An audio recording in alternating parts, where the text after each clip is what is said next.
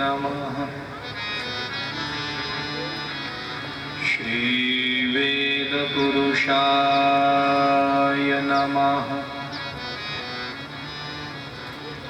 वंशी विभूषितकरान्नवनीरदाभात् पीताम्बरादरुणबिम्बफलाधरोष्ठात्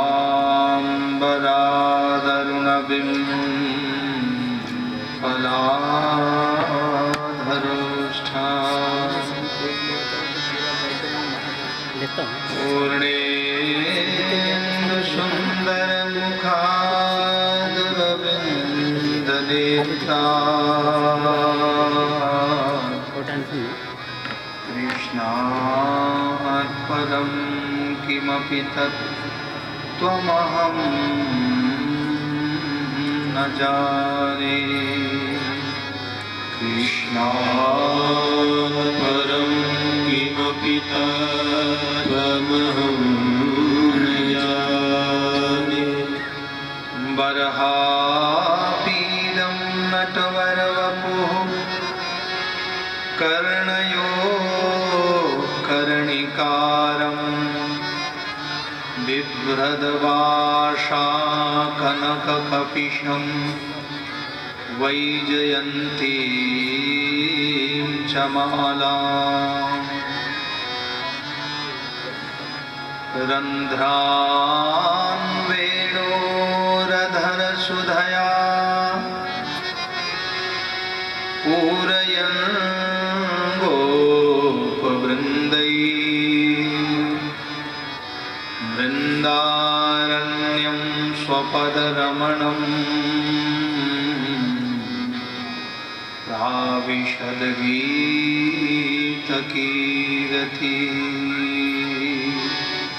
प्राविशद्गीतकीर्ति। यः स्वानुभावमखिलश्रुतिसारमेक मध्यात्मदीपमतितितीर्षतां तमोन्धं संसारिणां करुणयाः पुराणगुह्यं तं व्याससूनुमुपयामि गुरुं मुनीनां। तं व्याससूनुमुपयामि गुरुं मुनीनां। भक्ति भक्त भगवंत गुरु चतुर्नाम बपुएक। इनके पद वंदन किए नासहि विघ्न अनेक। इनके पद वंदन किए नासहि विघ्न अनेक। बोलिए श्री वृंदावन बिहारी लाल की जय। जय जय श्री राम, जय जय श्री राम।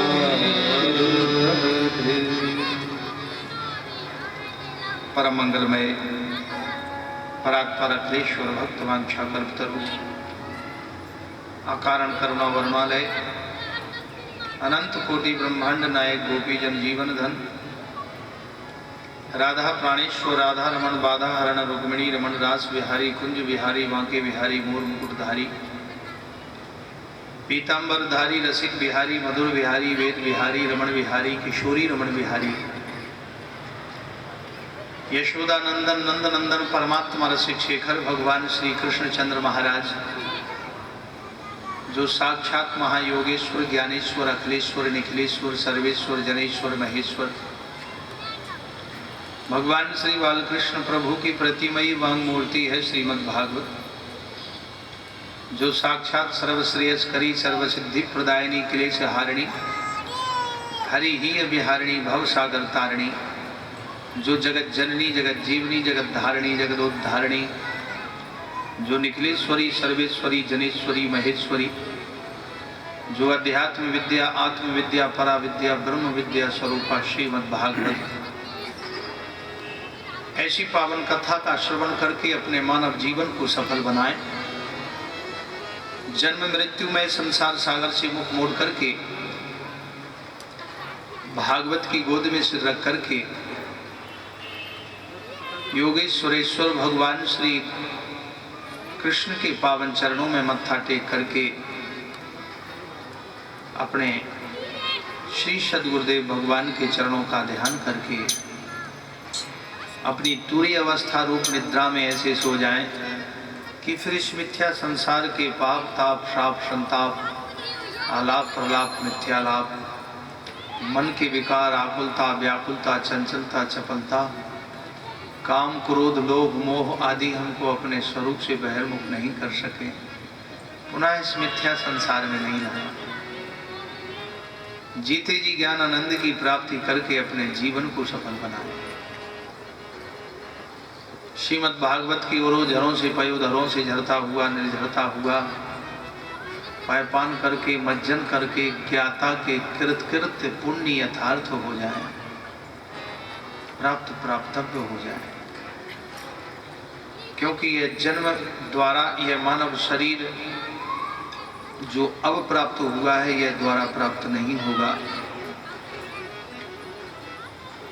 दूसरा शरीर प्राप्त हो सकता है। इसलिए साधन धाम मोक्ष कर द्वारा, यह मानव शरीर मोक्ष का द्वार है। इस मोक्ष के द्वार में, मोक्ष प्राप्ति के साधन में भगवान की कथा, भगवान की शरणागति ही सर्वोपरि है। तो आइए प्रभु के चरणों में प्रार्थना करते हैं। व्यासपीठ पर विराजमान मेरे परमाराध्य श्री सद्गुरुदेव भगवान के श्री चरण कमलों में प्रणाम करते हुए भगवान के संपूर्ण सानिध्य में बैठ करके आसियाना आंगन में उपस्थित समस्त धर्मावलंबी भगवत प्रेमी सज्जनों, भक्तिमती माताओं बहनों, भद्र पुरुषों, आइए भगवान प्रभु की कथा, भागवत कथा से पूर्व अपनी वाणी को पवित्र करने के लिए, मन की चित्तवृत्तियों को एकाग्र करने के लिए आइए प्रभु के चरणों में प्रार्थना करें। फिर प्रभु की कथा श्रवण कराने का प्रयास करते हैं। जहाँ भक्त मेरा पग धरे, वहाँ धरूं में हाथ, पाछे पाछे मैं फिरूं, कभी न छोड़ूं साथ, पाछे पाछे मैं फिरूं, कभी न छोड़ूं साथ। जिसने अपनी सौंप दी हाथ तुम्हारे डोर, कभी उलझ सकती नहीं, जिसे पकड़े नंद किशोर,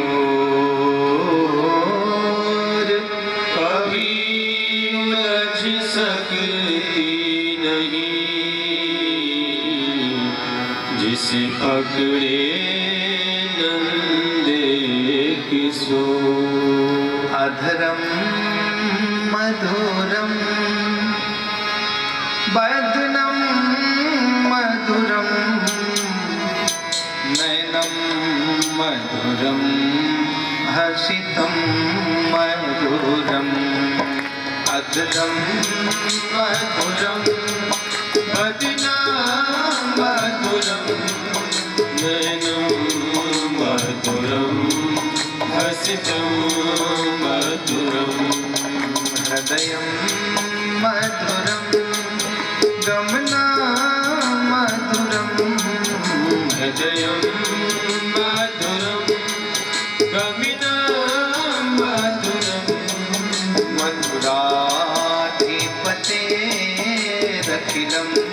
मधुरम, मधुराधिपते मधुरं मधुराधिपतेरखिलं मधुरं वचनं मधुरं चरितं मधुरं वचनं मधुरं वलितं मधुरं वचनं मधुरं चरितं मधुरं वचनं मधुरं वलितं मधुरं चरितं मधुरं भ्रमितं मधुरं चलितं मधुरं भ्रमितं मधुरं मधुराधिपतेरखिलं मधुरं मधुराधिपतेरखिलं मधुरं वेणुर्मधुरो रेणुर्मधुरा पाणिर्मधुरा पादौ मधुरौ वेणुर्मधुरा रेणुर्मधुरा पाणिर्मधुरा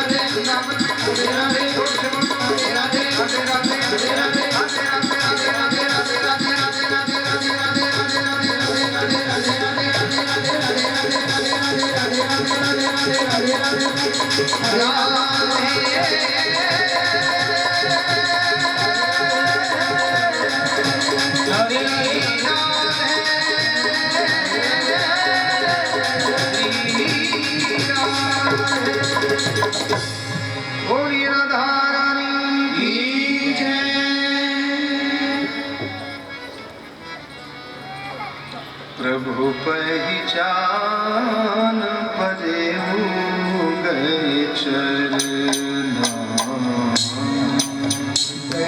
पहचानी परे हो गए चरना। प्रभु पहचान परे हो गए चरना, पहचानी परे हो गए चरना। सो सुख उमा जाए नहीं मरना, सुख उमा जाए नहीं मरना। मंगल भवन अमंगल हारी, मंगल भवन अमंगल हारी। बहु सुदशरथ अजीर बिहारी, बहु सुदशरथ अजीर बिहारी।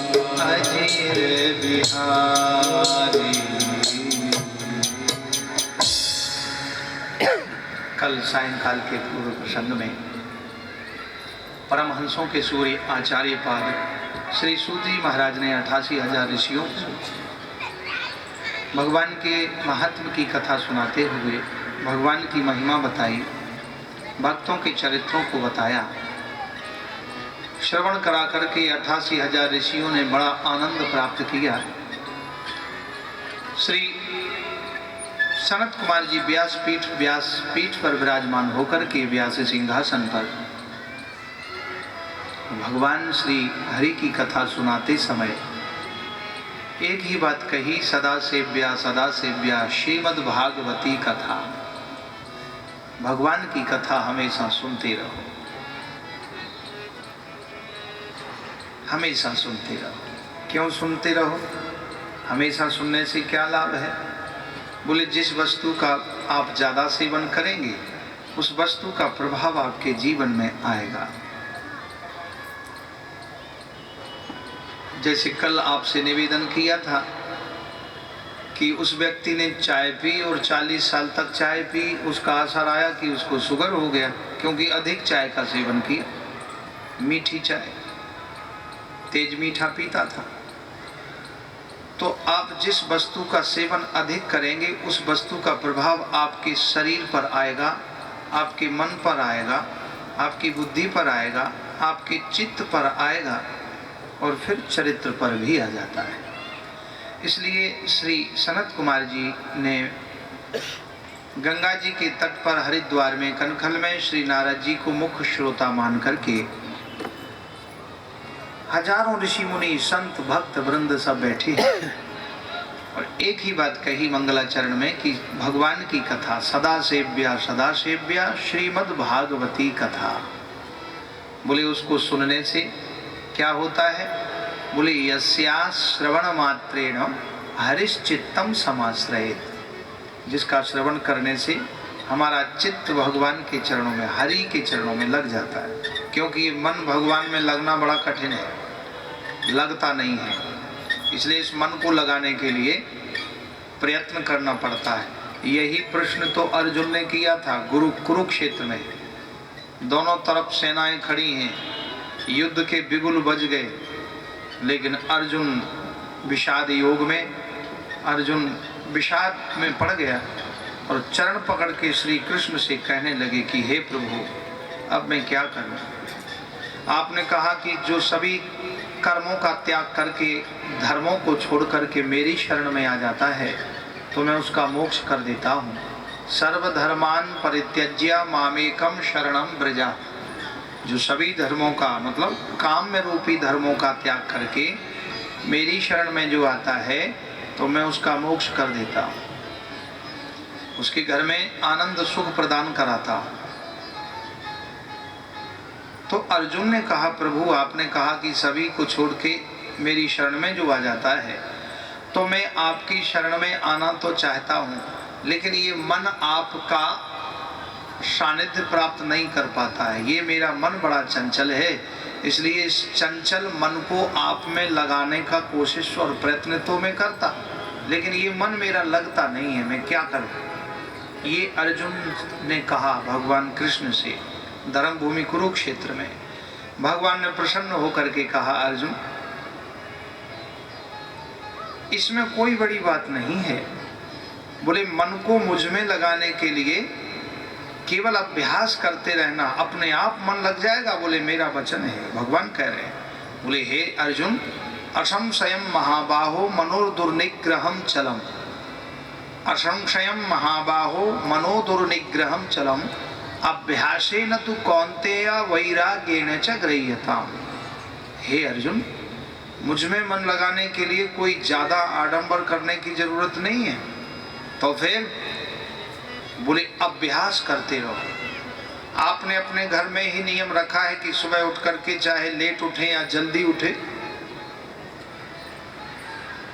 भगवान को स्नान कराना, भगवान के चरणों में जोत जगा के प्रणाम करना, इतना नियम भी आपके लिए पर्याप्त है। लेकिन करे नियम से, ऐसा नहीं आपने 2 महीना किया, तीसरे महीना पता लगा कि भगवान ही गायब हो गए, ऐसा ना हो।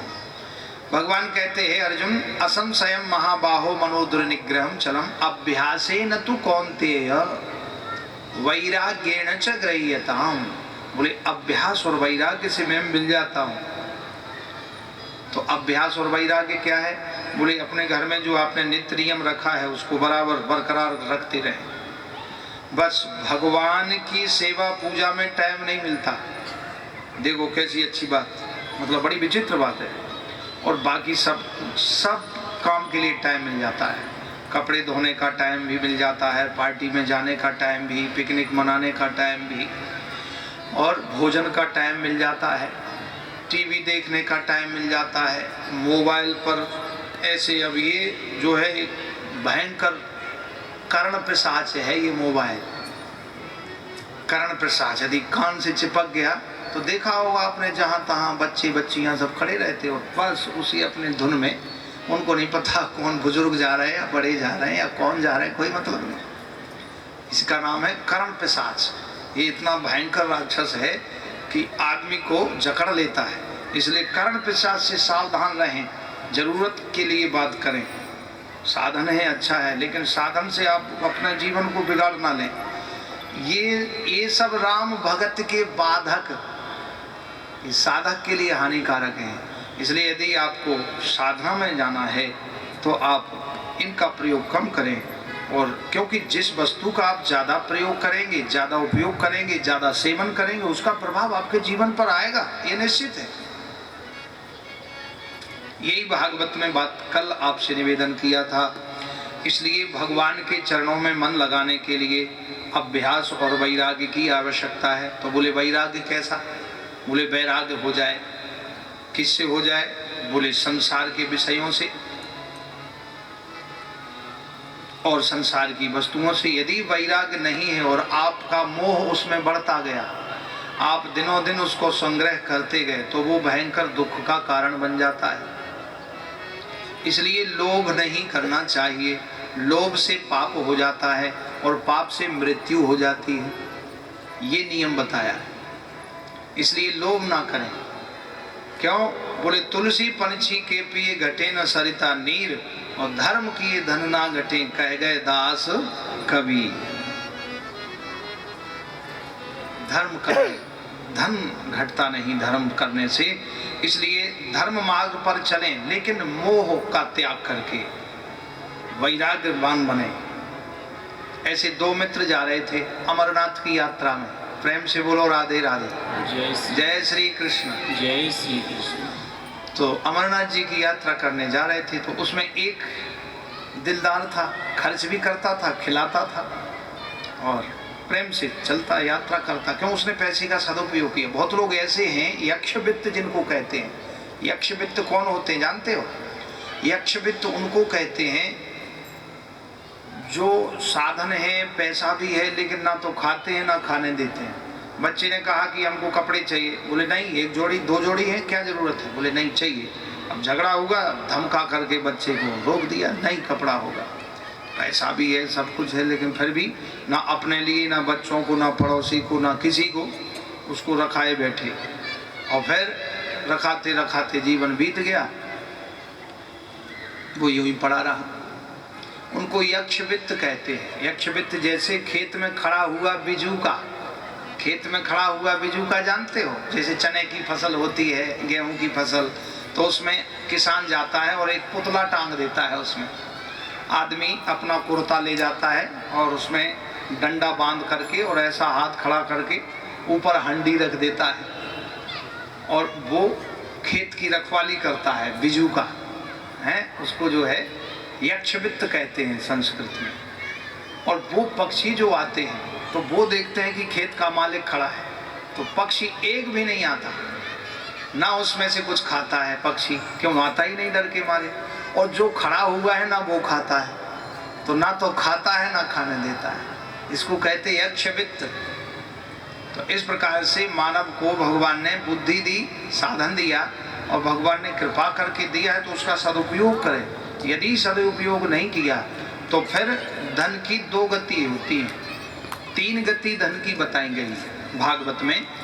नीति शतक में भी बोले दानम भोगो नाशस्तिस्रो गतयो भवन्ति वित्तस्य यो न ददाति न भुंक्ते तस्य तृतीया गतिर भवति। सबसे उत्तम गति है दान। आपने दान नहीं किया, फिर दूसरी गति है भोग, मतलब उसका सदुपयोग करें, अपने लिए कपड़े बनाएं, अपने मकान को टिप टॉप रखें, बच्चों को भी अच्छे कपड़े पहनाएं, अच्छा खाएं, अच्छा घूमें। आपने दान नहीं किया, ना उसका सदुपयोग किया, तो तृतीया गतिर भवति यथा धनो लब्ध धने विनष्टे। बोले तीसरी गति है कि वो उसका विनाश हो जाता है, वो धन नष्ट हो जाता है। वो कहाँ जाता है? बोले या तो चोर ले जाता है, या फिर किसी भयंकर बीमारी में चला जाता है, या फिर वो मतलब खत्म हो जाता है। तीसरी गति ये है। इसलिए तीसरी गति तक नौबत ना आवे, पहले तो दान होए यथाशक्ति, इसके बाद फिर उसका सदुपयोग करें, अपने लिए उपयोग करें। अब जिनने उपयोग नहीं किया वो कमरे भरे रखे जिनके, अब क्या हालत हुई है, 1000 और 500 के नोट हो गए बंद। अब बुरी हालत है उनकी। अब वो सोच रहे हैं इसका क्या करें। तो इसलिए भागवत में लिखा है कि इस धन की गति अब नष्ट ही होगा उसका, और क्या होगा। इसलिए अभ्यासी न तू कौन्तेय, तो भगवान में मन लगाने के लिए त्याग की भी बहुत ज्यादा आवश्यकता है। तो भगवान श्री कृष्ण कहते हैं कि अभ्यास और वैराग्य, यानी वैराग्य माने विषयों से वैराग्य हो, और विषय तो हैं काम क्रोध लोभ मोह मद, ये 5 विषय हैं। शब्द स्पर्श रूप रस गंधा इन विषयन कीनो जग अंधा, ये 5 विषय हैं। इन 5 विषयों में रहते हुए व्यक्ति इनमें आसक्त ना रहे तो जीवन सुखी रहता है। तो वो 2 व्यक्ति अमरनाथ की यात्रा करने जा रहे थे। देखो, जो मोह रखता है, आसक्ति रखता है, उसका जीवन कैसे होता है। अब वो गए और जाकर के उन्होंने क्या किया कि एक उसमें थोड़ा लोभी था, और एक जो है वो दिलदार था, त्यागी था, खिलाता, खर्च करने के लिए पैसा ले गया, सस्ता जमाना था, 4-5 हजार रुपया ले गया। अब वो जो कंजूस था वो कुछ भी नहीं ले गया। भगवान की पूजा तो करता है, लेकिन उसका ध्यान जो है धन की तरफ रहता था। उसने सोचा मित्र जा रहा है, हम मित्र के साथ ही रहेंगे, वो हमारा खर्चा भी उठाएगा, हम अपना पैसा क्यों खर्च करें। तो ज़्यादा पैसा नहीं ले गया, 100-150 रुपये ले गया।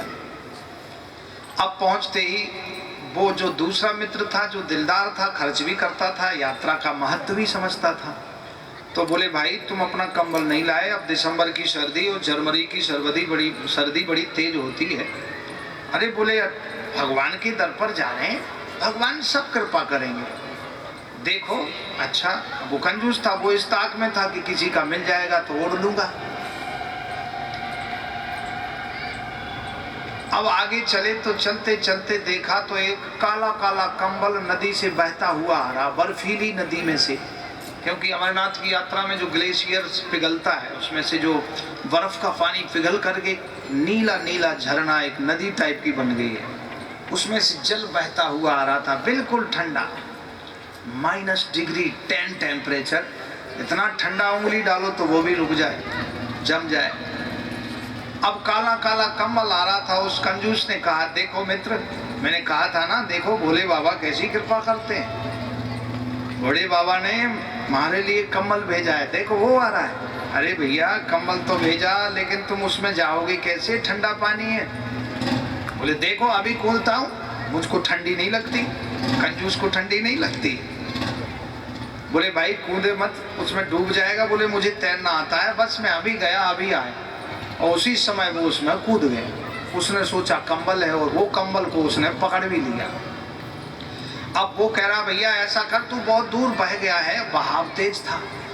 अब इतना तेज था तो उसने जो है कहा कि भाई तू छोड़ दे उस कंबल को, मेरा ओढ़ लेना, कोई बात नहीं, तू छोड़ दे, तू तो बच जाएगा। अब वो क्या हुआ, वो कह रहा है मैं तो कंबल को छोड़ रहा हूं, लेकिन कंबल मुझे नहीं छोड़ रहा। क्यों? बोले वो था भालू, भालू था वो भी डूब रहा था। तो डूबता हुआ आदमी दूसरे को डुबाता है, तो कभी भालू ऊपर, कभी वो भालू के ऊपर, ऐसा डूबता उखड़ता वो अंत में डूब गया, मर गया, चला गया ऊपर। ये है। तो लोभ से मृत्यु हो जाती है, इसलिए भागवत में बताया है। और भगवान श्री कृष्ण योगेश्वरेश्वर भगवान श्री कृष्ण श्रीमद् भगवद गीता में कहते हैं, हे अर्जुन अभ्यासिनतु कौन्तेय वैराग्येण च गृह्यताम्। बोले अपने लोभ और मोह का त्याग करके जो मेरी शरण में आ जाता है। तो लोभ मोह क्या है? बोले यही है कि आवश्यकता से ज्यादा संग्रह ना करें।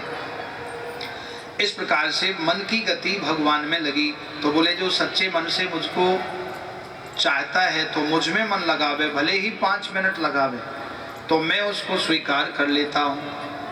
ये भगवान स्वयं भगवत गीता में भागवत में भी कह रहे हैं, भाग्योदयोऽधुना जाता आत्मदेवस्य पश्यता देन्वा बाला प्रसूतस्तु देवरूपी कौतुकम।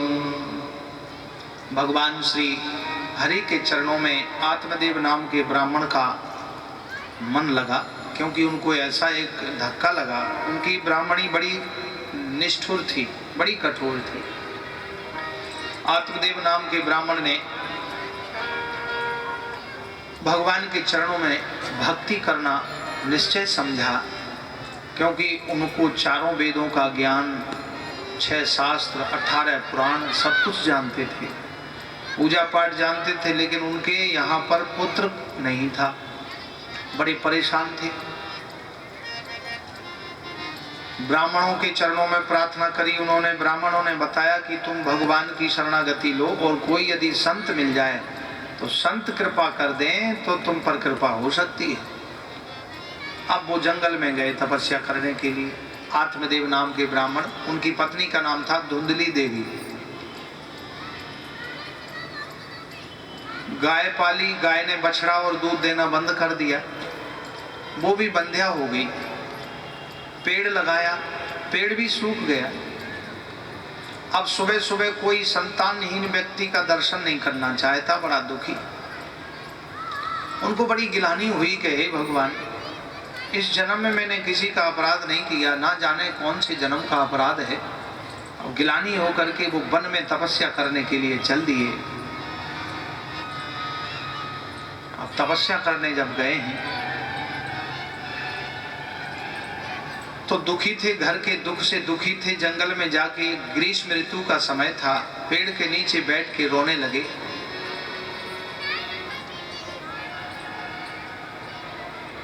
रोते रोते उधर से सन्यासी महात्मा निकल के जा रहे थे। उन महात्मा जी ने ब्राह्मण के रोने की आवाज को जब सुना,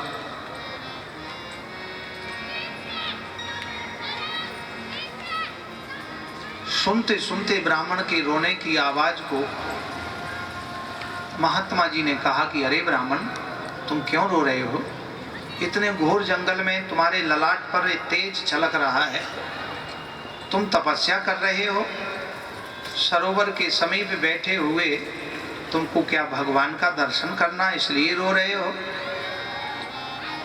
कथम ब्रह्मन् दीन मुखा कुतश्चिन्तातुरो भवान् त्वरितं गम्यते पुत्रा कुतश्चागमनं तव कुतश्चागमनं तव कथं रोदसि विप्रत्वं काते चिन्तावली बदत्वं सत्वरं मह्यं स्वस्य दुःखस्य कारणं स्वस्य दुःखस्य कारणं। अरे ब्राह्मण, तुम क्यों रो रहे हो? क्या बात है? किसी के दुख को पूछो तो वो अपने उद्गार प्रकट करता है। बड़ा दुखी है ब्राह्मण, आंखों से आंसू करुणा क्रंदन कर रहा है।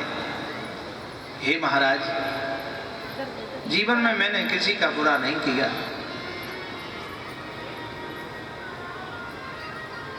ना जाने किस कर्म के कारण मेरे संतान नहीं है, और महाराज आप ऐसी कृपा करो कि हमें पुत्र हो जावे। महात्मा जी ने जब सुना तो बोले, अरे ब्राह्मण, जंगल में तुम इसलिए रो रहे हो, भगवान को प्राप्त करने के लिए मैं समझ रहा था, आप तो संसार के पुत्र के लिए रो रहे हो। अरे पुत्र तो एक पशु भी पैदा कर लेता है, तुमने तो पशु के जैसा काम किया है। राम राम। बोले ठीक ही, इंसान शास्त्रों में कहा है कि कर्म जाल में पड़कर के व्यक्ति जो कर्म नहीं करना उसको भी कर लेता है, उसकी मजबूरी हो जाती है। मुंचा ज्ञानम प्रजा रूपम बलिष्ठा कर्मणो गति विवेकम तु समासाद्या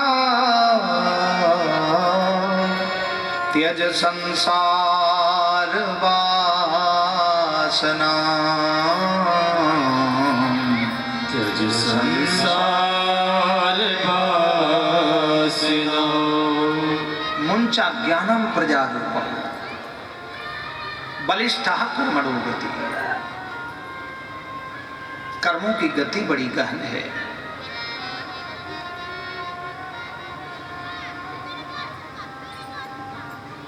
हे ब्राह्मण, तुम जिस पुत्र को चाहते हो, मान लो तुम्हारे पुत्र हो गया और वो पुत्र दुख देने वाला हुआ तो क्या होगा? बोले महाराज पुत्र दुख दे या सुख दे हमें इससे मतलब नहीं है, हमको पुत्र चाहिए। सन्यासी महात्मा बड़े तपस्वी थे, उनकी ललाट की रेखा पर देखा, बोले हे ब्राह्मण, तुम्हारी ललाट की रेखा पर लिखा है कि 7 जन्म तक पुत्र नहीं होगा, 7 जन्म तक वधी तब। चरण पकड़ के ब्राह्मण देवता रोने लगे, हे महाराज, आप जब ये जानते हो कि 7 जन्म तक पुत्र संतान नहीं है, तो ये भी जानते होगे कि पुत्र कैसे होगा। यदि आप वरदान नहीं दोगे तो मैं यहीं अपने प्राणों को त्याग दूंगा।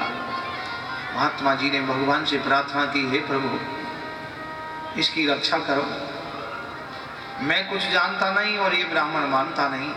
महात्मा जी ने प्रभु का ध्यान किया, उनके हाथ में एक दिव्य फल आया और वो फल ब्राह्मण देवता को दे दिया। ब्राह्मण देवता फल लेकर के गए, कहा ब्राह्मण इसका नियम है कि इस फल को ग्रहण करके अपनी ब्राह्मणी को कहना कि शुद्ध विचार रखें, किसी का जूठा न खावें, किसी को गाली ना देवें, बिना नहाए खाना पीना ना करें, और स्नान करके भगवान का वंदन करके भगवान की पूजा सेवा करके भगवान को भोग लगा के तभी भोजन करें। वो फल ला करके ब्राह्मण ने ब्राह्मणी को दिया, धुंधली को। धुंधली ने उस फल को खाया नहीं, क्योंकि नियम बड़े कड़क थे, नियम बहुत ज़्यादा थे। बोली इससे अच्छा है कि मैं फल ना खाऊं। यदि फल खा लिया और मेरे बालक पेट में आ गया और फिर घर में आग लगेगी तो मैं कैसे भागूंगी, घर में यदि चोर आ गए तो मैं कैसे प्राण बचाऊंगी।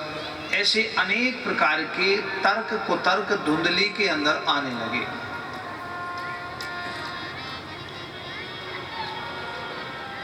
तभी के उसकी छोटी बहन आ गई, उसने कहा बहन तू क्यों चिंतित बैठी है? बोले ये फल तेरे ब्राह्मण देवता ने दिए हैं महाराज, वो कह रहे हैं कि फल खा लो पुत्र हो जाए।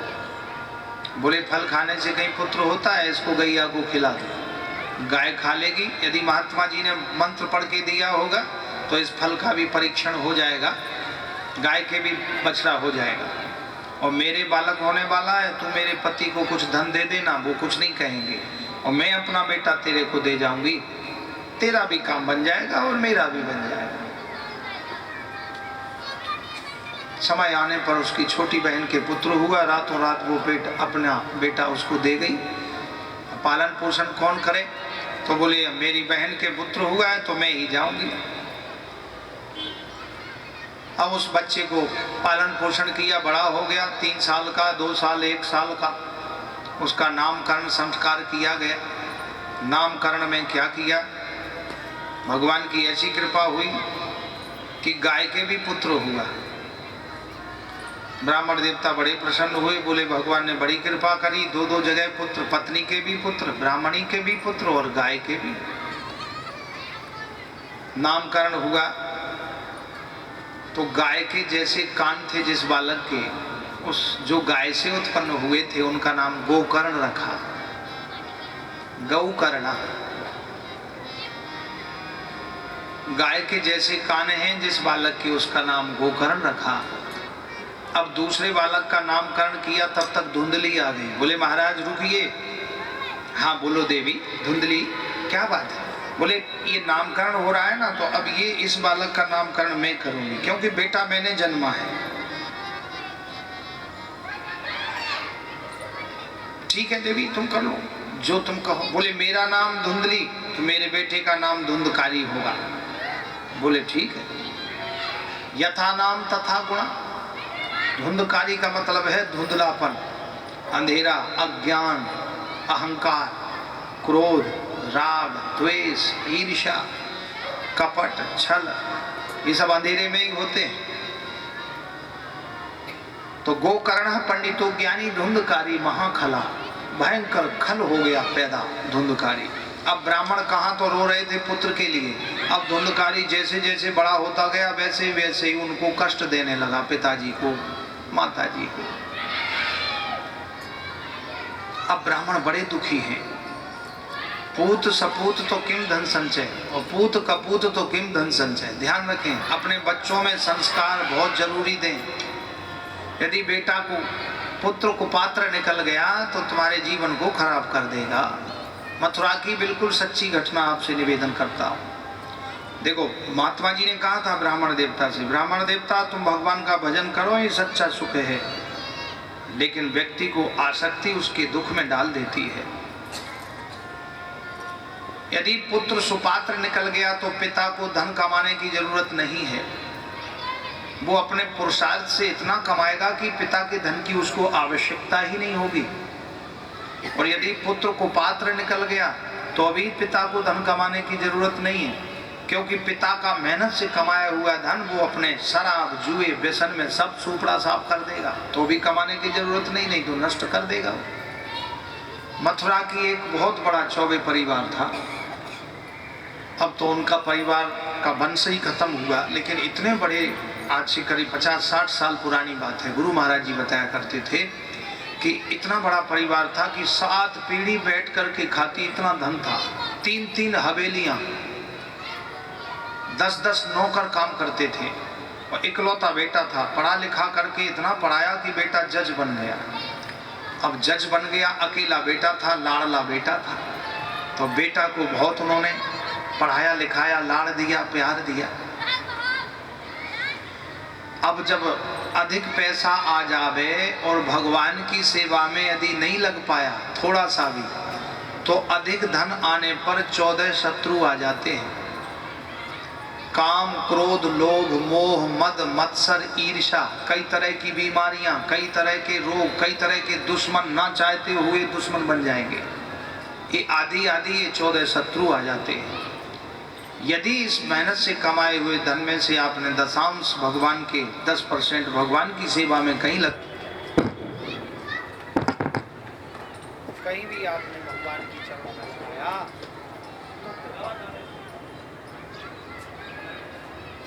राधे राधे।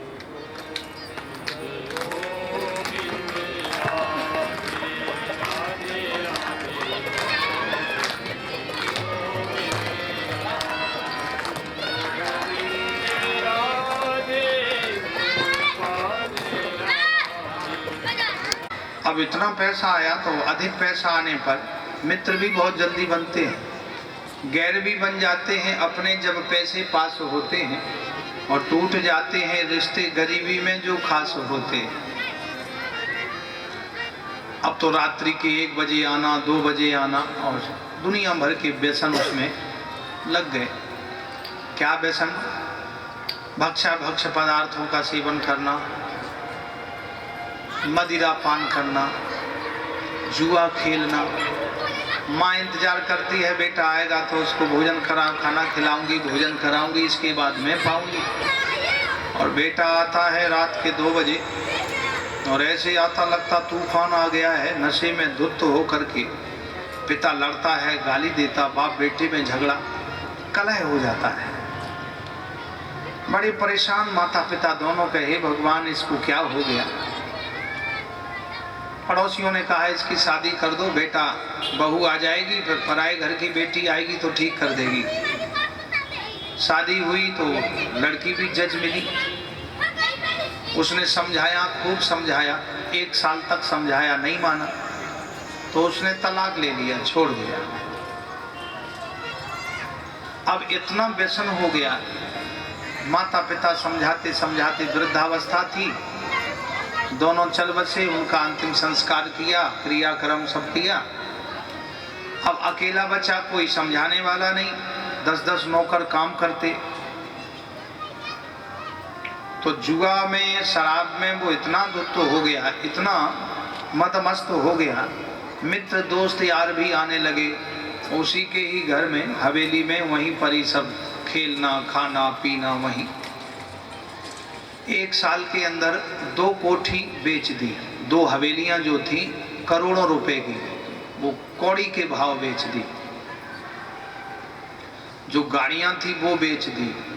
महीना में जो वर्कर्स को नौकर काम करते उनका पैसा नहीं देता, उन्होंने भी सब धीरे धीरे करके काम छोड़ दिया, कोई नहीं आया।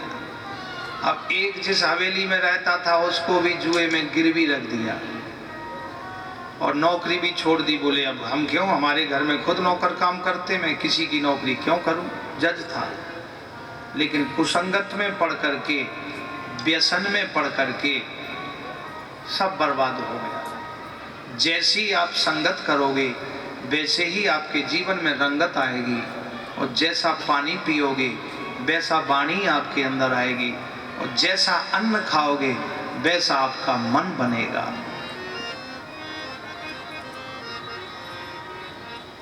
वो हवेली भी बेच दी, और बेचने के बाद में क्या हुआ, पैसा खत्म। जिसको बेची वो गिरवी रखी थी, वो उसने अपना कब्जा कर लिया।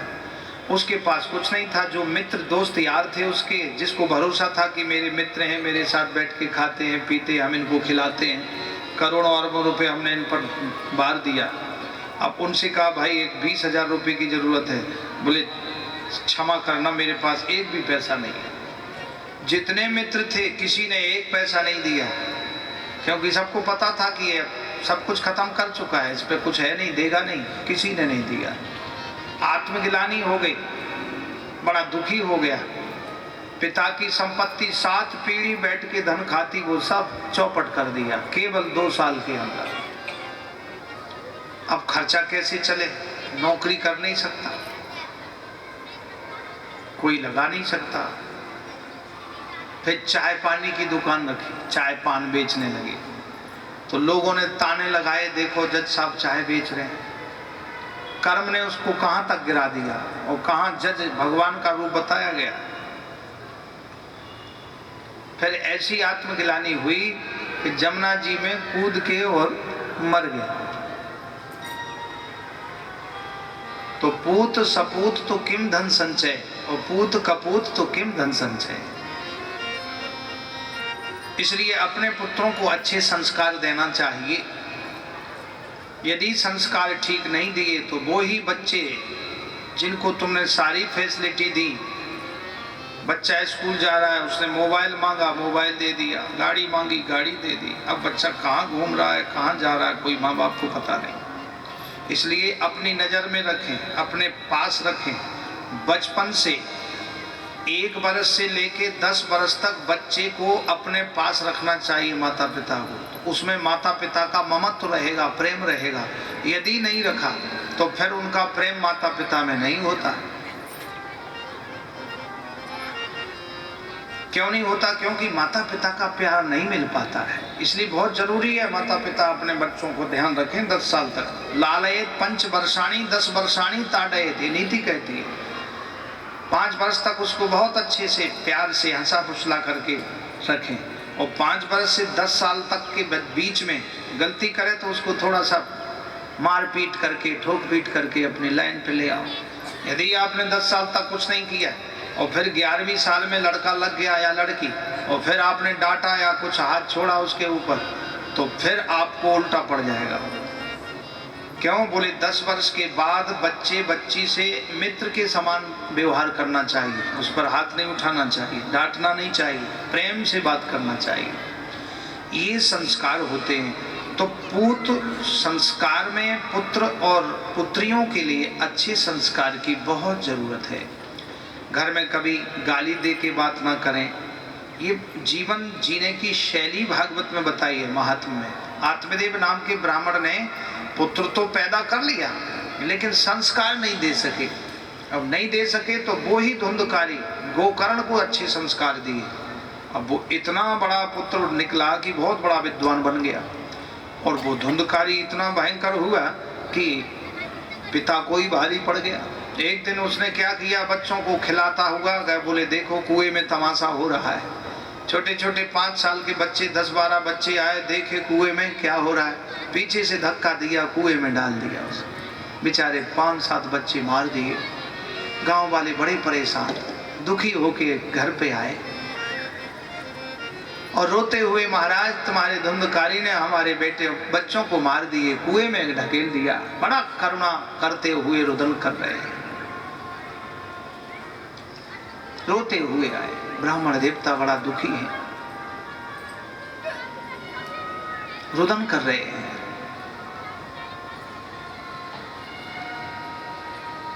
रोते रोते ब्राह्मण देवता ने एक दिन आत्मदेव नाम के जो ब्राह्मण थे धुंधकारी को समझाया।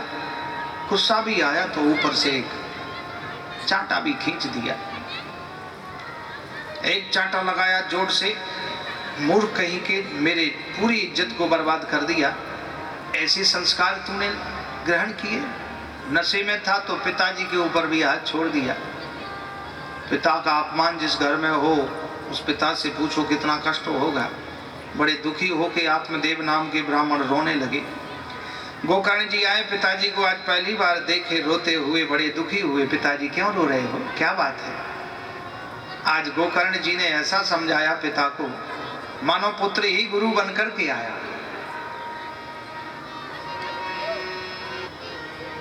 पुत्र ही गुरु बनकर के आया हो। बोले हे पिताजी, जिसके लिए तुम रो रहे हो वो तुम्हारा नहीं है, और जिसके लिए रोना चाहिए उसको तुमने याद नहीं किया,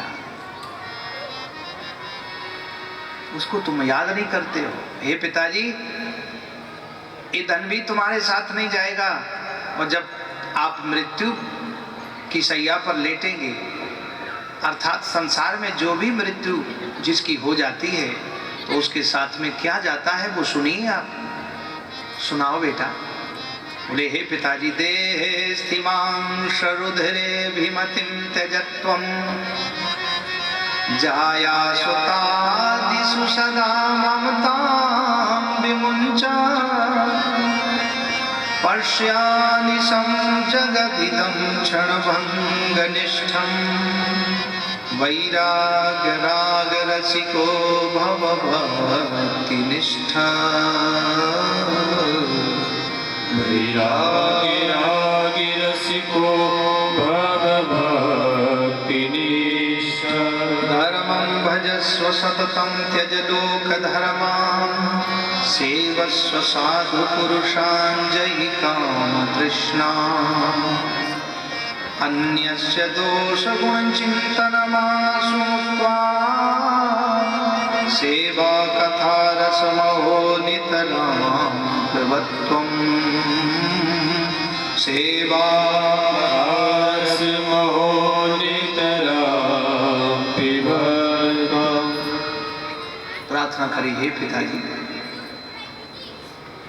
देहे स्थिमांश रुधिरे भी मतिम त्यजत्वम, ये देह भी तुम्हारा नहीं है।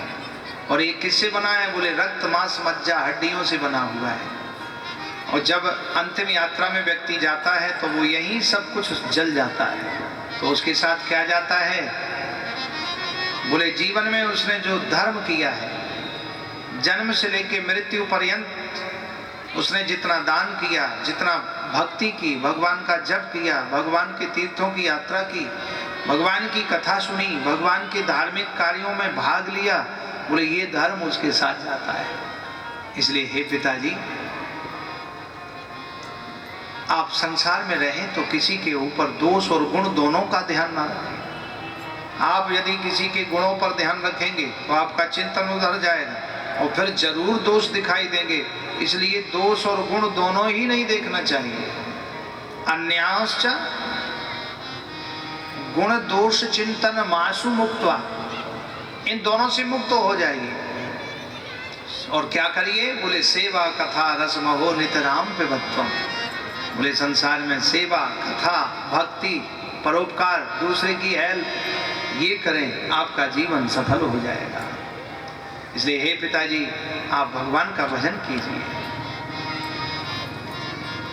मानो पुत्र ने ही गुरु के उपदेश को प्रदान कर दिया हो। धन्य है बेटा, तुमने हमारे आंख नेत्र खोल दिए। और बोले हे पिताजी, तुम यदि मुक्ति चाहते हो तो मुक्ति के लिए श्रीमद् भागवत भगवान श्री कृष्ण का प्रतिमय वांग्मय रूप है। और भागवत भगवान के चरणों में प्रेम करके जो दसम स्कंद है, उस दसम स्कंद का पाठ करना। और दसम स्कंद में भगवान का हृदय है। एवं सुतोक्ति वसुतोऽपि गृहं विहाय यातो वनं स्थिरमतिर्गत षष्ठीवर्षा युक्तो हरेरनुदिनं परिचर्ययासौ श्रीकृष्णमापनियतं दशमस्य पाठात् दशमस्य पाठात्। एवं सुतोक्ति वस्तुपि गृहं विहाय, भगवान के श्री चरणों में आश्रय हो। इसलिए हे पिताजी, तुम दसम स्कंद का पाठ करो। दसम स्कंद भागवत जी को लेके आत्मदेव नाम के ब्राह्मण हिमालय की कंदराओं में बैठ के भजन करने लगे। अब यहाँ गोकर्ण जी थे, वो तीर्थ यात्रा में चले गए। नकली माँ और नकली बेटा बचे। धुंधकारी अकेला बचा, उसने 5 बेश्याओं को अपने घर में रख लिया। माता आधी रात को माँ को देखा उसने, तो मदिरा पान करके शराब पी करके आया और आकर के अपनी माँ को जगाया। बोल धन किधर गड़ा है? सोती हुई माँ को जब जगाया, नहीं जगी, तो उसने पितरियु परते तेना जननी ताड़िता भृशम कवित्तम तिष्ठति ब्रूहि हनिष्ये लत्तया नचेत। लात का प्रहार किया, खटिया को पलट दिया। धुंधली उठी, रे दुष्ट बालक, यदि तूने मेरी कुक्ष से जन्म लिया होता तो शायद तू ऐसा व्यवहार नहीं करता। रे दुष्ट, रात्रि में सोती हुई माँ को जगाया। बोल धन किधर गड़ा है? बोले जिन बर्तनों में भोजन करता था उनको भी बेच दिया, अब कहां से मैं धन लाऊं? 7 पीढ़ी का धन तूने चौपट कर दिया, सब कुछ बर्बाद कर दिया। जब धन नहीं दिया, आधी रात में माँ का अपमान जब किया, तो अंधे कुएं में जाके धुंधली ने भी अपने प्राण त्याग दिए। धुंधली ने भी प्राण त्याग दिए।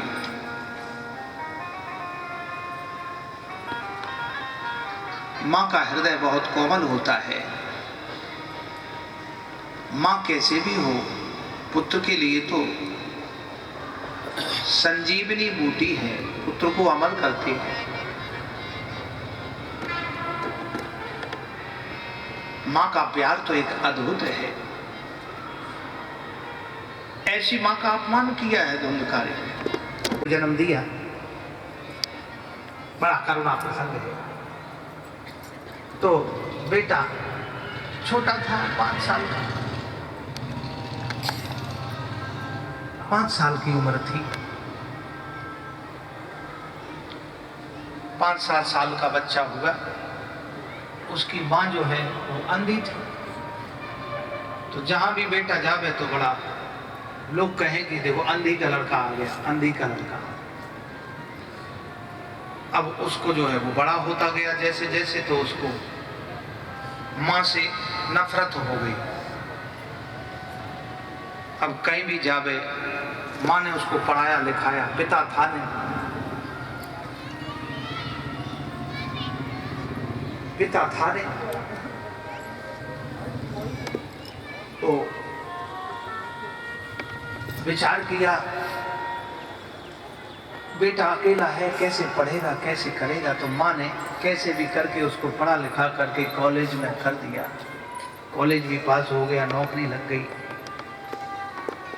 बड़ी पोस्ट पर वो जज बन गया। अब कहीं भी जाता है तो माँ को साथ में नहीं ले जाता, माँ से नफरत करने लगा।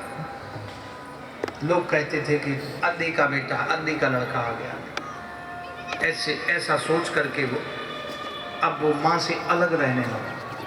शादी भी हो गई और माँ बेचारी पुराने घर में और वो बड़ी बिल्डिंगों में। माँ की ममता। अब वो जज बन गया तो उससे मिलने के लिए लोग आने लगे। बहुत बड़ी ऊंची पोस्ट पर है। माँ वृद्ध थी, कैसे करके अपने बेटा को पढ़ाया।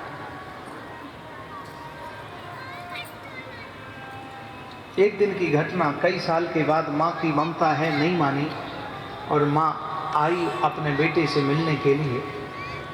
वहाँ पर गेट कीपर खड़े हुए थे, गार्ड खड़े हुए थे। तो उन्होंने पूछा कौन है आप? बोले हम जज साहब से मिलना चाहते हैं। बोलना कोई बुढ़िया अम्मा आई है। गार्ड गया, अंदर जाकर के उस गेट कीपर ने कहा कि सर जी कोई बूढ़ी अम्मा आई है, आपसे मिलना चाहती है। बोले उनको वहीं रोको।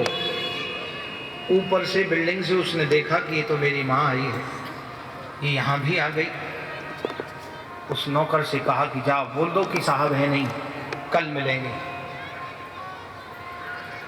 वो गार्ड आया और आकर के वो माँ से कहा, बूढ़ी अम्मा से, कि ऐसा है साहब है नहीं, कल मिलेंगे, अभी कहीं गए। बेचारी ने अपने दिल को मारती हुई, अपने आंसुओं को पीती हुई, अंदर ही अंदर रोती हुई वापस आ गई। आगे चलते चलते एक चौराहा आया और वहां अचानक से उसको चक्कर आया और वो गिर पड़ी। गिरते ही उसके प्राण निकल गए। भीड़ जुड़ गई, चौराहे पर लोग आने लगे, भाई क्या हुआ क्या हुआ। तब तक वो ऊपर से बिल्डिंग से जज साहब उतरे और जज साहब उतर करके देखे इतनी भीड़ कैसे हो रही। अपनी लग्जरी गाड़ी से उतर के देखा, भाई बहुत भीड़ हो रही, क्या बात है, देखें तो सही। देखा तो वो जज की माँ ही थी, जिसको वो देखना नहीं चाहता था कि लोग कहते हैं अंधी का बेटा है। उसको नफरत थी केवल इसी बात से। कागज लगा था,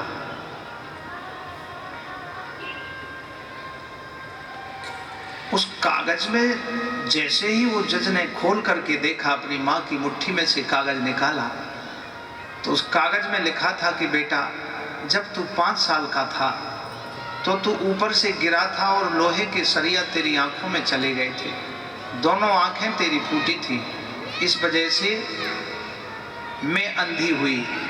क्योंकि इसका कारण है कि जो आंखें तेरी हैं वो मैंने ही तुझको दी थी, जिसके कारण मैं अंधी हुई। ऐसा पढ़ कर के वो इतना रोया कि मैंने जीवन भर अपना माँ का प्यार नहीं समझ पाया।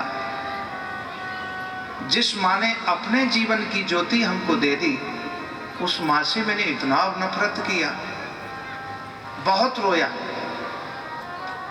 पछताया। माँ का हृदय बहुत कोमल होता है। कुपुत्रो जाए तो क्वचिदपि कुमाता न भवति। इसलिए जीवन में माता पिता की सेवा हमेशा करना चाहिए। गुरुजनों की, अपने से बुजुर्गों का सम्मान करना चाहिए, उससे आयुष्य बढ़ता है। अपने से बड़ों को प्रणाम करने से 4 पदार्थ, 4 तत्व, 4 शक्तियां प्राप्त हो जाती हैं। अभिवादनशीलस्य नित्यं वृद्धोऽपि सेविनम्, चत्वारि तेषां वर्धन्ते आयुर्विद्या यशो बलम्। अपने से बड़ों का सम्मान करने से, सेवा करने से आयु, यश, विद्या और बल बढ़ जाता है। और अपने से बड़ों का अपमान करने से 4 यश नष्ट हो जाते हैं। आयु, यश, विद्या, बल ये सब खत्म हो जाता है। दुर्योधन ने अपने से बड़ों का अपमान किया, सब कुछ नष्ट हो गया। कंस ने अपने माता पिता को जेल में बंद कर दिया, बहन बहनोई को कष्ट दिया, गुरुजनों का अपमान किया, आयु विद्या यश बल सब नष्ट हो गया। इसलिए आज धुंधकारी को उसकी करनी का फल मिला। अब माँ को कष्ट दिया, बेचारी माँ धुंधली अंधे कुएं में जाके गिर पड़ी, अपने प्राण त्याग दिए। अब इसने 5 वेश्याओं को रख लिया, कोई कहने के लिए इसके सिर पर नहीं है, समझाने के लिए बड़ा आताताई है। गोकर्ण पंडितो ज्ञानी धुंधकारी महाखला। संस्कार की बहुत आवश्यकता है। अब जब उसके पास धन नहीं था तो वो राजा के खजाने में से रानी के गहने वस्त्र आभूषण चुरा करके 5 वेश्याओं को देता है। उन्होंने एक दिन सोचा कि ये तो रानी के गहने, रानी के वस्त्र आभूषण हैं, यदि राजा को पता लग गया तो इसको तो फांसी लगेगी, साथ में हम लोगों को भी फांसी लगेगी। तो क्या किया जाए? बोले इसको मार दो।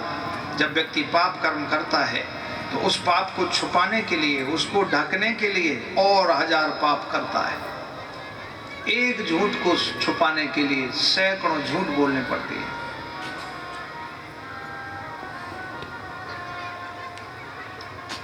रात्रि में उन 5 वेश्याओं ने मिलकर के उसको उन्मत्त मदिरा पान कराया और वो अपनी स्थिति में नहीं रहा तो उसके गले में रस्सी का फंदा लगाया और उसको फांसी लगा दी। नहीं मरा, क्योंकि पापी आदमी देर में मरता है। जब सोचा कि यदि बच गया तो हम सबको मारेगा, अब छोड़ेगा नहीं, तो श्री सूत जी कहते हे ऋषियों तप्तांगार समूहाश्चा तन्मुखे ही विचिक्षिपुः अग्नि ज्वालाति दुखेना व्याकुलो निधनम गता। तपे हुए आगे के अंगारे उसके मुख में ठूसे गए। वो चीख रहा है, तड़प रहा है। अंत में उसकी मृत्यु हो गई। मरने के बाद वो प्रेत बन गया, क्योंकि अकाल मौत जो मरता है वो उसको प्रेत बनना पड़ता है। अब प्रेत योनि में इतना कष्ट होता है, बहुत कष्ट होता है। जैसे प्यासा आदमी तड़पता है ना, भूखा तो आदमी रह सकता है 2-4-10 दिन तक, मरेगा नहीं। 40-40 दिन तक नहीं मरता आदमी, बिना खाए रह जाएगा, केवल पानी पर चलेगा। लेकिन प्यासा आदमी रुक नहीं सकता, तड़पता है। इतनी तड़फन होती है प्यासे व्यक्ति को, जब प्यास लगी हो तो आदमी तड़पता है।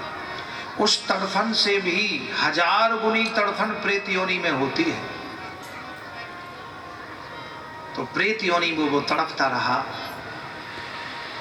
उसी के घर में उसको गड्ढा खोद के उसी में गाड़ दिया, मिट्टी से उसको दबा दिया, गोबर से लेप दिया। लोगों ने पूछा धुंधकारी कहाँ गए? बोले वो विदेश गए धन कमाने। विदेश में कौन देखेगा? लेकिन उसकी मृत्यु हो गई। प्रेत योनि में भी सबको सताने लगा। अब धुंधकारी पता लग गया कि उसकी मृत्यु हो गई, तो गोकर्ण जी ने अपने भाई के निमित्त गया जी में पिंडदान किए, काशी जी में स्नान किया, दान किया, मुक्ति नहीं हुई। कई साल के बाद अपने घर में आए तो धुंधकारी के कर्मों से घर के किवाड़ सड़ गए, दीवाल पर घास जम गई, भूत प्रेत रहने लगे। क्योंकि जिस घर में दीपक नहीं जलता, जिस घर में भगवान के नाम की गरुड़ घंटी नहीं बजती, जिस घर में भगवान का स्मरण नहीं होता, उस घर में भूत प्रेत रहने लगते हैं। इसलिए हर घर में शाम को दीपक जरूर जलना चाहिए। दीपक संध्या के समय में अवश्य होना चाहिए, उसमें लक्ष्मी जी निवास करती हैं। क्योंकि शाम को लोग जो है संध्या वंदन के समय में भगवान की संध्या वंदन करना चाहिए, भगवान का स्मरण करना चाहिए। दिन का गमन और रात्रि के आगमन, इस बीच की बेला का नाम है संध्या। संध्या माने संधि, दिन और रात मिलते हैं उस समय। और उस बीच की बेला में जो पूजा पाठ करते हैं उसका 10 गुना फल मिलता है। जो भी आप करोगे उसका 10 गुना फल मिलता है। यदि उस बेला में तुम खा रहे हो तो 10 गुना फल मिलेगा, गाली दे रहे हो तो उसका भी 10 गुना फल मिलेगा, और पूजा पाठ कर रहे हो तो 10 गुना फल मिलेगा। उस संध्या के समय में भगवान लक्ष्मी नारायण सबके घर में आते हैं। संध्या के समय में, जब संध्या के समय में घर घर में भगवान आते हैं तो लक्ष्मी जी देखती हैं कि जिस घर में भगवान की आरती पूजा होती है तो लक्ष्मी जी वहाँ निवास करती हैं, रुकती हैं, और जिस घर में ताला लगा होता है, लॉक लगा हुआ है, तो लक्ष्मी जी भी लॉक लगा के चली जाती है। इसलिए ध्यान रखें, संध्या के समय में शॉपिंग ना करें। ज्यादातर लोग संध्या के समय में ही शॉपिंग जाते हैं।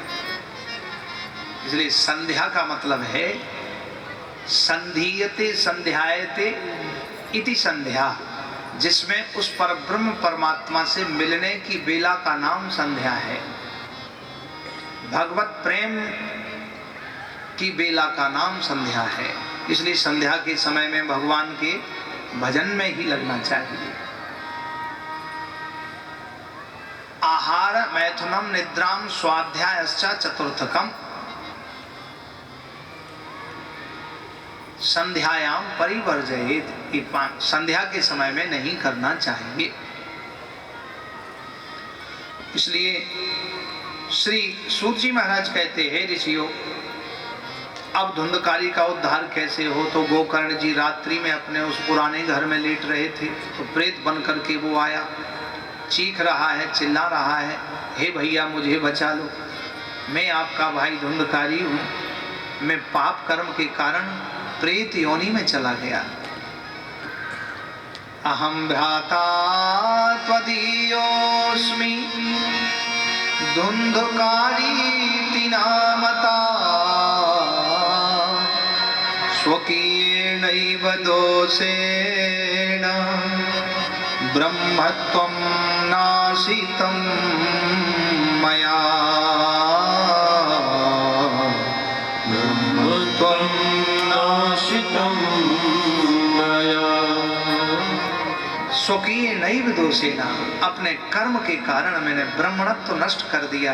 ब्राह्मण कुल में जन्म लेकर के मैंने भक्ष पदार्थों को खाया, हे भैया मुझे बचा लो। गोकर्ण जी ने कहा कि जाओ गायत्री मंत्र पढ़ करके। गोकर्ण जी ने गायत्री मंत्र पढ़ के 11 बार अभिमंत्रित करके उसके ऊपर छोड़ा, तो वो धुंधकारी के रूप में आ गया। वो प्रेत प्रार्थना करने लगा, बोले तुम अभी जाओ, सुबह तुम्हारी मुक्ति का उपाय बताऊंगा। सुबह होते ही गोकर्ण जी संध्या वंदन करते थे, उन्होंने सूर्योपस्थान किया और सूर्य नारायण स्तंभित हो गए। सूर्य नारायण ने कहा कि कथम वत्स, क्या चाहते हो, बोलो कहो। बोले मेरे भाई धुंधकारी की मुक्ति कैसे होगी। श्रीमद्भागवतान् मुक्ति सप्ताहं वाचनं कुरु इति सूर्यवचः सर्वै धर्मरूपं तु विश्रुतम्। धर्मरूपं तु विश्रुतम्। इति सूर्यवचः सर्वै, सूर्य नारायण ने कहा कि तुम्हारे भाई की मुक्ति श्रीमद् भागवत से होगी, बिना भागवत की मुक्ति नहीं हो सकती, तुम भागवत करो। गोकर्ण जी ने पूरे ग्रामवासियों को एकत्रित किया और सब से कहा कि आप सब कथा में आए। उन्होंने सभी अपने रिश्तेदारों को बुला करके गांव के मध्यस्थ दिव्य श्रीमद् भागवत का एक मंच बनाया। 5 ब्राह्मणों का वर्ण किया, नवग्रह देवताओं की पूजा की, षोडश मातृका, सर्वतोभद्र, सप्तघृत मातृका, सूर्यादि नवग्रह देवता, पंचलोकपाल, असंख्याति रुद्र, पंचांग पीठ बना करके दिव्य पूजन किया। और पूजन करके संकल्प लेकर के कि मेरे भाई धुंधकारी का मोक्ष हो, ऐसा करके भागवत कथा प्रारंभ की। और जैसे ही कथा कही तो पहले दिन में पहली बांस की ग्रंथि टूट गई, क्योंकि जो धुंधकारी था वो प्रेत बना हुआ था और प्रेत हवा के साथ उड़ जाता है। तो उसने स्थान देखा, एक बांस के छिद्र में बैठ गया। बांस का पेड़ मंडप में लगा हुआ था, उसमें बैठ गया। पहले दिन की कथा में पहली ग्रंथि टूट गई, दूसरे दिन की कथा में दूसरी ग्रंथि, इस प्रकार से प्रत्येक दिन में एक एक ग्रंथि टूटती जाए उस बांस की। 7वें दिन जैसे ही कथा पूर्ण हुई, बांस फट कर के 2 टुकड़े हो गए, धुंधकारी का मोक्ष हो गया और दिव्य रथ निकला, विमान में बैठ के भगवान के धाम को चला। बोलिए भागवत महापुराण की जय। धुंधकारी उसमें से दिव्य राजपुरुष बन करके आया और भागवत जी के सम्मुख साष्टांग लेट करके दंडवत किया, प्रणाम किया कि धन्य भागवती वार्ता, धन्य है यह भागवती कथा, आज मैं प्रेत योनि से मुक्त हो गया। धन्या भागवती वार्ता प्रेत पीड़ा विनाशिनी, सप्ताहोऽपि तथा धन्या कृष्ण लोक फल प्रदा। कृष्ण लोक फल प्रदा। धन्य है भागवत की कथा जो भगवान श्री हरि के चरणों में कृष्ण के लोक में प्रदान करा दी। हे भैया गोकर्ण, मेरा मोक्ष हो गया, अब मैं भगवान के धाम को जा रहा हूँ। भगवान का ये दिव्य विमान आ गया है, अब मुझे आज्ञा दीजिए। दिव्य विमान में बैठ करके महापापी धुंधकारी का भागवत कथा से मोक्ष हो गया। बोलिए वृंदावन बिहारी।